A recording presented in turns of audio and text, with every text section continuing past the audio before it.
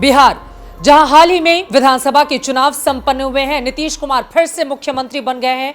वहां पर अब एनडीए के खेमे में ही बड़ा बवाल मचा हुआ है। सवाल खड़ा हो रहा है कि क्या बिहार में योगी मॉडल को अपनाया जाए कानून व्यवस्था को काबू करने के लिए, या फिर नीतीश मॉडल।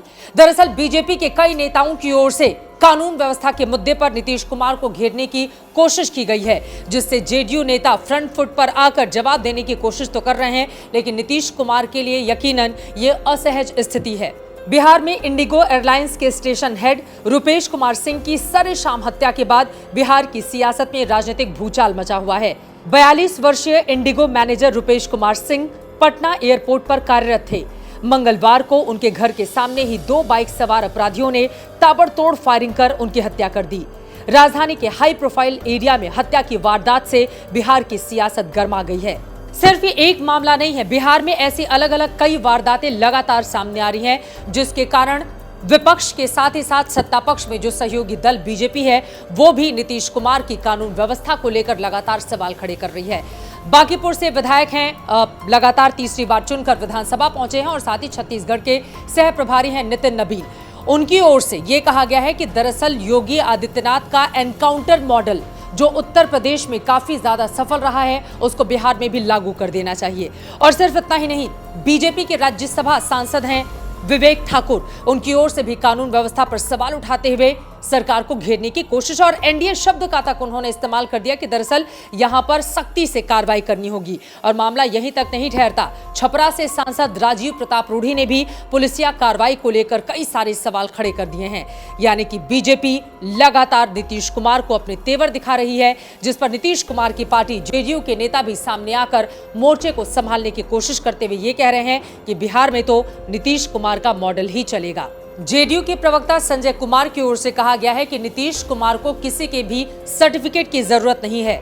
आज तक बिहार में नीतीश कुमार का ही मॉडल चलता आया है और आगे भी चलता रहेगा। सरकार पूरी तरह से सक्षम है कानून व्यवस्था को नियंत्रण में लेने के लिए, और यहाँ पर किसी को दूसरे राज्य का मॉडल दिखाकर हमें सर्टिफिकेट देने की जरूरत नहीं है। इस तरह से कुल मिलाकर एनडीए के 2 धड़े, लेकिन कानून व्यवस्था के मुद्दे पर आपस में दोनों में खींचतान साफ साफ दिखाई दे रही है। इसके पीछे की वजह क्या है, यह आपको आगे हम बताएंगे, लेकिन उसके पहले आपको बता दें, एक तरफ सत्ता पक्ष में शामिल बीजेपी, तो वहीं दूसरी तरफ आरजेडी के नेता तेजस्वी यादव की ओर से भी नीतीश कुमार पर हमला किया गया है। और उनकी ओर से कहा गया है कि जब ये मुख्यमंत्री की कुर्सी पर बैठना ही नहीं चाहते थे, तो अब उनका मन भी नहीं लग रहा और तुरंत उनको कानून व्यवस्था के मुद्दे पर इस्तीफा दे देना चाहिए। नेता प्रतिपक्ष तेजस्वी यादव ने कहा कि नीतीश कुमार से विभाग नहीं संभल रहा तो वो किसी और को दे दें, जबरन क्यों बने हुए हैं मुख्यमंत्री।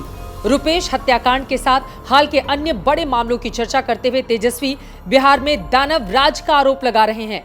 उन्होंने कहा कि सी ग्रेड पार्टी के अनुकंपाई मुख्यमंत्री नीतीश कुमार से बिहार संभल ही नहीं रहा। तेजस्वी यादव आगे कह रहे हैं कि इस बात को देखकर बेहद हैरानी होती है कि सरकार में शामिल बीजेपी, जिसके 2 उप मुख्यमंत्री हैं, उनके नेताओं की ओर से भी कानून व्यवस्था पर सवाल खड़े किए जा रहे हैं। इस तरह से विपक्ष ने सत्ता पक्ष पर निशाना साधने की कोशिश की है। तो कुल मिलाकर बिहार में कानून व्यवस्था के मुद्दे पर बीजेपी और जेडीयू के बीच जिस तरह की तलवारें खिंची हुई हैं, उसने कई सवालों को जन्म दे दिया है। अब बीजेपी इतनी ज्यादा हमलावर क्यों है, उसके बारे में आपको बता देते हैं। दरअसल गठबंधन में बीजेपी इस बार बड़ा भाई बनकर निकली है। बीजेपी को 74 सीटों पर जीत हासिल हुई है, जबकि जेडीयू सिर्फ 43 सीटों पर ही सिमट गई।